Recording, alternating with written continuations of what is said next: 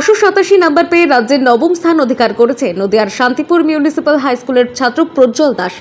শুক্রবার তাকে সংবর্ধনা জানাতে তার বাড়িতে উপস্থিত শান্তিপুরের প্রাক্তন বিধায়ক অরিন্দম ভট্টাচার্য। কৃতি ছাত্রের হাতে নিজের হাতে লেখা একটি বই এবং পুষ্পস্তবক তুলে দেয়। পাশাপাশি প্রজ্জ্বলের এই সাফল্যে উচ্ছ্বাসিত সকলে। আগামী দিনে ভবিষ্যতের প্রেরণা দেওয়ার চেষ্টা করে প্রাক্তন বিধায়ক। শান্তিপুর বাইগাছি সেনপাড়ার দশম শ্রেণীর ছাত্র প্রজ্জ্বল দাস। ছোট থেকেই সে মেধাবী ছিল। আগাগোড়াই স্কুলে প্রথম স্থান অধিকার করেছে সে। প্রত্যাশা ছিল মাধ্যমিকে ভালো র্যাঙ্ক করবে। সেই প্রত্যাশা এবং পরিশ্রম চূড়ান্ত সাফল্যের দোরগোড়ায় পৌঁছে দেয় তাকে। নদিয়ার মুখ উজ্জ্বল করে রাজ্যের মধ্যে নবম স্থান অধিকার করে সে। এদিন তার সঙ্গে দেখা করতে যায় শান্তিপুরের প্রাক্তন বিধায়ক অরিন্দম ভট্টাচার্য। প্রজ্জ্বলকে নিজের পাশে বসিয়ে প্রাক্তন বিধায়ক অরিন্দম ভট্টাচার্য বলেন, দেখুন, ফলাফল নিয়ে আমি এইটুকু বলবো যে বাচ্চাটার নিজের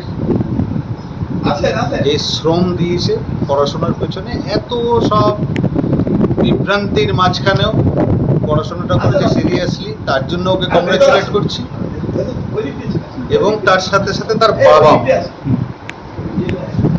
বাবা মার একটা বড় কন্ট্রিবিউশন থাকে।